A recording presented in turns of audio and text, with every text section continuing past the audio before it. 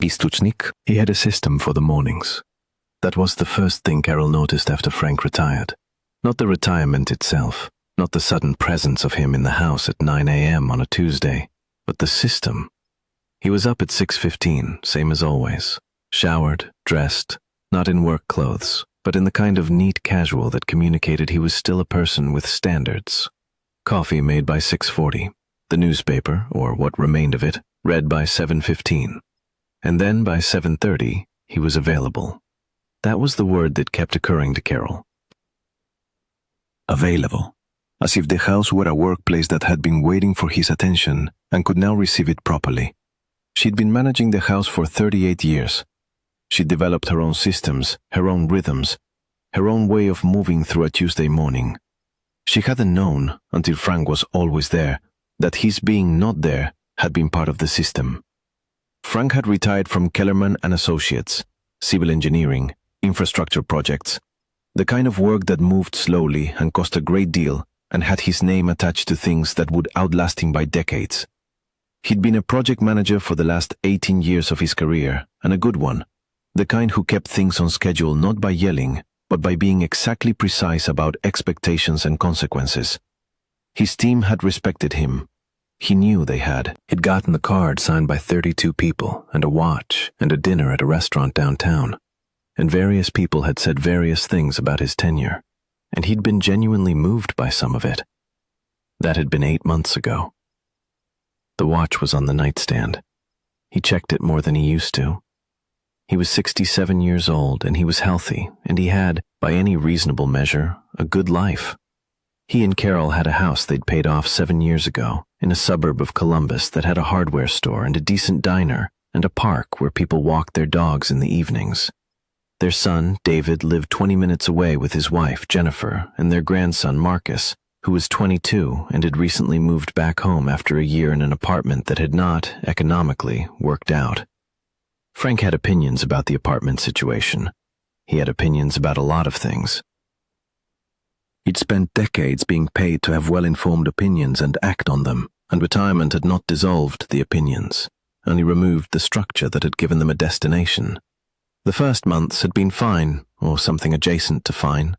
He'd done the projects he'd been putting off, the deck repairs, the basement organization, a closet reconfiguration that Carol had mentioned twice in the past 5 years, and that he now completed with such thoroughness that it briefly unsettled her. He read, he watched things, he went for walks. But the walks had a problem, which was that they ended. And then he came back to the house, and the house was quiet, and Carol was doing her own things, and there was nothing requiring his specific attention.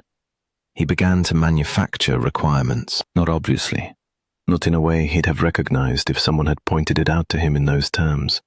He thought of it as staying engaged. He thought of it as not becoming one of those men who retired and disappeared into television and lawn maintenance and a slow, padded irrelevance. He'd seen that happen. He wasn't going to be that. So he stayed involved. David's gutters needed attention. Frank had noticed during a Sunday visit, and he'd mentioned it, and then mentioned it again a few weeks later, and then arrived one Saturday with a ladder before David had specifically said yes to any of this, which created a tension that was not quite acknowledged and not quite resolved. The gutters got cleaned. The tension remained. Jennifer was dealing with a contract dispute with a supplier for a small business, and Frank had offered advice that was, technically, sound, and had offered it in the manner of someone issuing guidance to a junior employee rather than talking to his daughter-in-law, which Jennifer had noted privately to David, and David had decided was not quite enough of a problem to raise yet. And then there was Marcus. Marcus was 22. He had a degree in graphic design that he'd gotten from a state school at some cost to everyone involved, and he was currently working at a print shop while building a freelance business on the side, which he was doing slowly and methodically, and with the specific ambition of someone who had thought carefully about what he wanted and was not in a hurry to be talked out of it. Frank respected ambition. He found, upon reflection, that he did not quite recognize this particular shape of it. "What's the plan?" he'd asked Marcus at a Sunday dinner in November, with the directness of a man accustomed to asking this question in rooms where it produced useful answers. Marcus had looked up from his food. "For what?" "For the business. Freelance graphic design. What's the timeline? What are your benchmarks? When are you expecting to be sustainable? Marcus was quiet for a moment. I'm working on it. I know you're working on it. I'm asking about the specifics, David had said, Dad, in a tone that communicated several things at once. I'm asking a reasonable question, Frank said. It was a reasonable question. He was sure of that. What he was less sure of, and what he had no mechanism at the time for examining, was why he was asking it the way he was asking it, with the forward lean, the eye contact, the expectation of a structured answer, the whole apparatus of a man running a meeting. Marcus hadn't answered. He'd moved on to something else, and the dinner had continued, and Frank had filed the non-answer as a data point. The incident with the portfolio happened in January. Marcus had been putting together a new portfolio site, and he'd mentioned it at a family dinner, not asking for input, just mentioning. Frank had asked to see it. Marcus had, after a short pause, shown him. Frank had looked at it carefully. He was not, he would freely admit, an expert in graphic design, but he was a person who understood presentation, who understood how things were positioned, and whether they conveyed competence, and he had thoughts. He shared the thoughts. He shared them for approximately 8 minutes, in organized fashion, leading with the structural criticisms before the specific ones, the way you do when you want to be helpful and thorough. He talked about the layout of the landing page, the ordering of the case studies, the fact that there was no clear call to action. Marcus listened. He didn't say much. He had a look on his face that Frank registered without correctly interpreting, and at the end he said, "Okay, thanks," in a tone that had a quality Frank had learned, too late, to read in other people. After Marcus left that evening, Carol said, "Frank?" "What?" She looked at him for a moment. "Nothing." She did this sometimes, started a sentence and then stopped it. It had not always been her habit. He suspected it was a recent development. The avoidance was gradual. He didn't notice it as a pattern at first, only as individual instances. David was busy when Frank suggested lunch on a Wednesday. Jennifer was working when he stopped by. Marcus didn't come to a Sunday dinner for 3 weeks, studying for a certification, David said, which was plausible. Frank told himself it was plausible. Then there was the evening in February. Marcus was at the house. He'd come for dinner. It had been a good evening up to this point, and afterward, they'd ended up in the living room with the TV on, not really watching it. Frank had been reading something on his phone about a design software company, something he'd found thinking about Marcus's work, and he said, looking up, "Did you know this company was bought out last year? If you're using their software, there's going to be instability in the product line." Marcus looked at him. "I don't use that software." "You might want to look into alternatives anyway. Consolidation in that space." "Grandpa," Marcus said it quietly, not angry, but with a weight that stopped Frank mid-sentence. "Can I say something?" Frank set down his phone. "Of course." Marcus looked at the coffee table for a moment, the way people do when they're deciding something. Then he looked up. "You talk to me like you're my boss," he said, "like I've come in for a performance review. And I know you don't mean it that way, but that's what it feels like." He paused. "It's been feeling like that for a while." Frank was quiet. "I don't come over to get evaluated," Marcus said. "I come over because you're my grandfather. But lately it feels like every time I'm here, I leave feeling like I did something wrong." The living room was very still. Frank was aware of Carol somewhere at the edge of the room. He was aware of the television, still murmuring. He was aware of something happening in his chest that he was not sure how to name. "I'm not trying to evaluate you," he said. His voice came out more careful than usual. "I know," Marcus said. "I don't think you know you're doing it." He stayed quiet for a moment after that. He didn't leave. He stayed in the room and they watched the television, and eventually David came over, and the conversation moved elsewhere, and the evening ended normally, or at least without further incident. But when everyone had gone home and the house was quiet, Frank sat in the living room alone for a while. Carol came to the doorway. "Go ahead," he said. I wasn't going to say anything. You've been not saying something for about 4 months. She came in and sat down. She looked at him with the expression of a woman who has shared her life with a person long enough to understand them from the inside out, which can be its own kind of burden. He's not wrong, she said. I know that. You talk to people differently than you used to. I know that too. She was quiet for a moment. Do you know why? And this was the thing. This was the thing that required something from him that was harder to produce than competence or efficiency or a well-organized plan. He sat in the living room and looked at the muted television and thought about the past 8 months, and what he saw, honestly, was a man trying very hard not to disappear. He'd been afraid. That was the plain center of it. Not afraid in a way he'd have called fear at the time. He'd have called it staying active, staying relevant, staying useful. But underneath the vocabulary it was fear. The fear of a man who had spent 40 years being someone specific, someone with a function and a title and a reason for people to come to him with things, and who had walked out of that into a Tuesday morning with no requirements. He hadn't known how to be needed without the structure that had always organized his being needed. So he'd imported the structure. He'd applied it to the only material available, which was his family. And his family was not a project, and Marcus was not a junior employee, and Carol was not his administrative staff. And he'd been doing this for 8 months, and the evidence was right there in the shape of his grandson's face. This is the part of the story that's hardest to look at. Not because Frank did something unforgivable, but because it's recognizable, the fear underneath to control. If you've ever been on either side of that, stay with this one. And if stories like this one are what you come here for, subscribe. We're here every week. He did not have a dramatic moment of resolution. He did not call Marcus the next morning and deliver a transformed version of himself. That was not how it worked, and he was too old to pretend otherwise. What he did was think.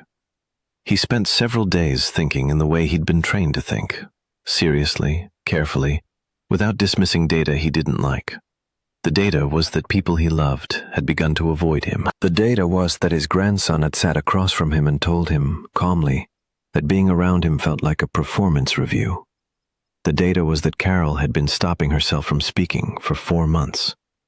He thought about what he actually had that was worth anything. Not his title, he didn't have that anymore. Not his schedule, that was gone. Not his authority over projects and budgets and timelines. What he had was 40 years of knowing how things went wrong and why, and how to recognize the signs early, and how to bring something from the edge back to center.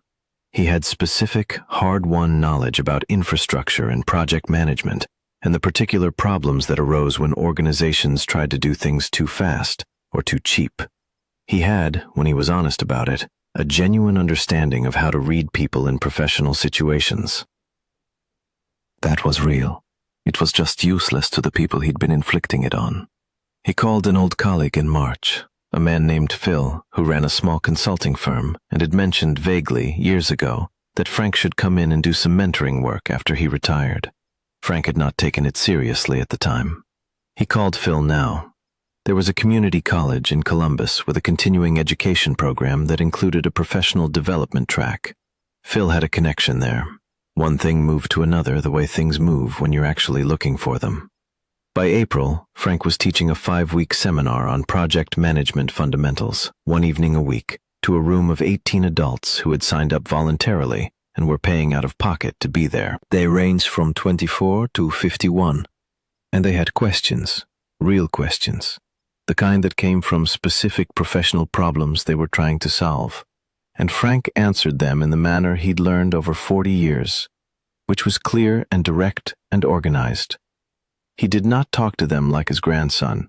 He talked to them like people who had come to him because they wanted something he had, which was entirely different. And the difference organized everything. He came home after the second session, and Carol asked how it went, and he said, "Good. They're a sharp group." And Carol looked at him with an expression that was different from any of the expressions she'd been wearing for the past months. He went to Marcus's apartment in May. not to check on anything or evaluate anything. He'd called first and asked if Marcus wanted to get lunch, and Marcus had said yes, after a pause that Frank understood was reasonable, and they'd met at a diner near Marcus's apartment that Marcus liked. They talked about the apartment, which was small but working out better now. They talked about the certification Marcus had finished, which had opened some doors. Frank asked about the freelance work, and Marcus told him about a recent project, a local restaurant that had hired him to redesign their branding. And Frank listened, just listened. And when Marcus was done, Frank said, "That sounds like it went well," and meant it. "It did," Marcus said. He looked at his grandfather. "You doing okay?" "Yeah," Frank said. "Better than a few months ago." "I heard you're teaching a class, 5-week seminar, project management. How is it?" "Yeah, honestly, it's the best part of my week." Marcus nodded. They ate for a moment in companionable quiet. "I'm sorry," Frank said, "for how I was talking to you for a while there. I wasn't..." He stopped. "I was trying to be useful in the wrong direction." Marcus looked at him.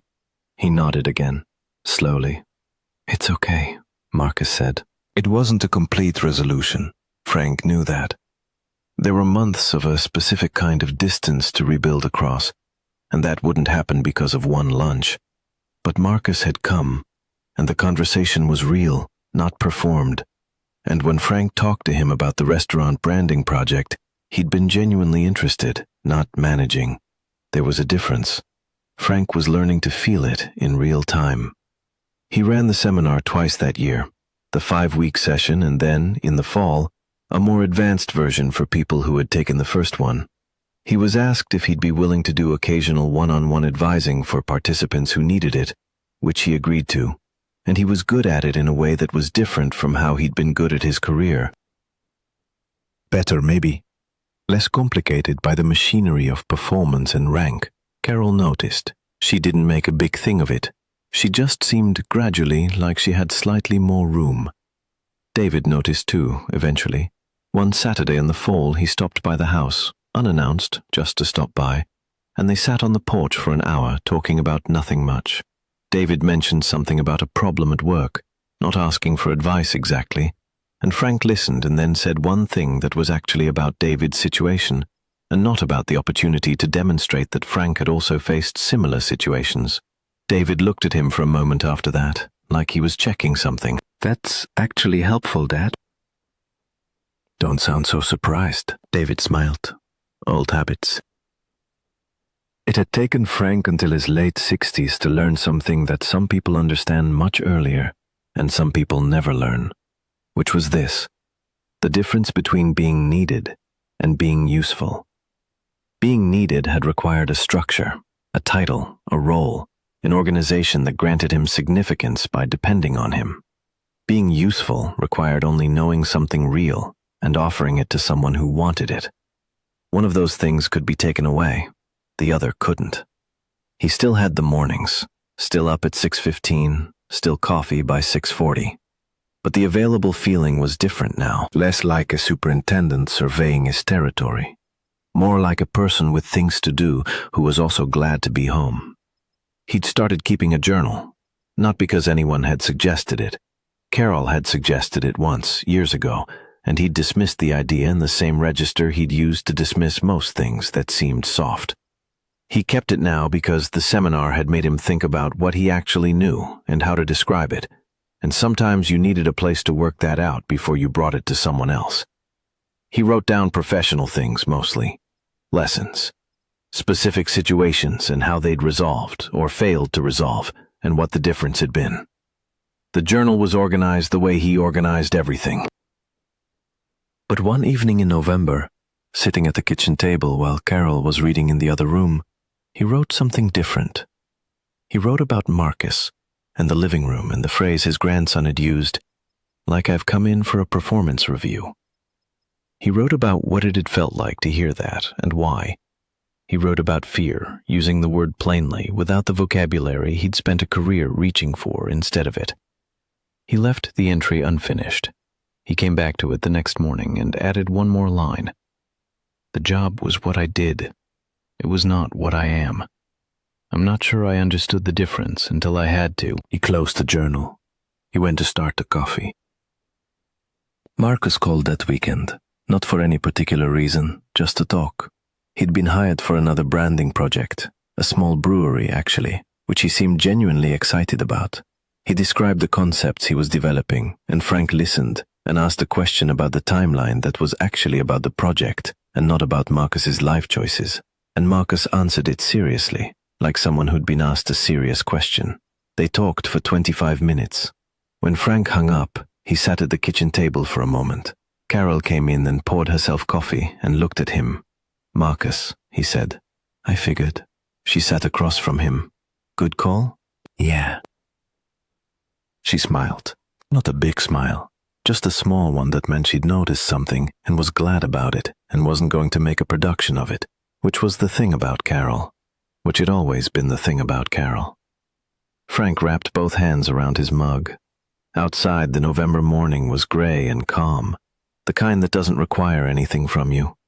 Somewhere down the street, someone was raking leaves. He could hear the sound of it, steady and ordinary, the sound of a person simply doing the thing in front of them. He drank his coffee. He thought about the seminar on Thursday and the participant who'd asked him last week about managing stakeholder expectations on delayed projects, and the answer Frank had given that was not from a textbook, but from a Tuesday afternoon in 2007 when everything had gone sideways, and he'd had to tell 3 people at once that the schedule was wrong, and here was why. He'd had things worth offering all along.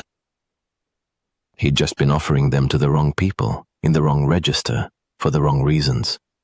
That was fixable. He'd fixed harder things.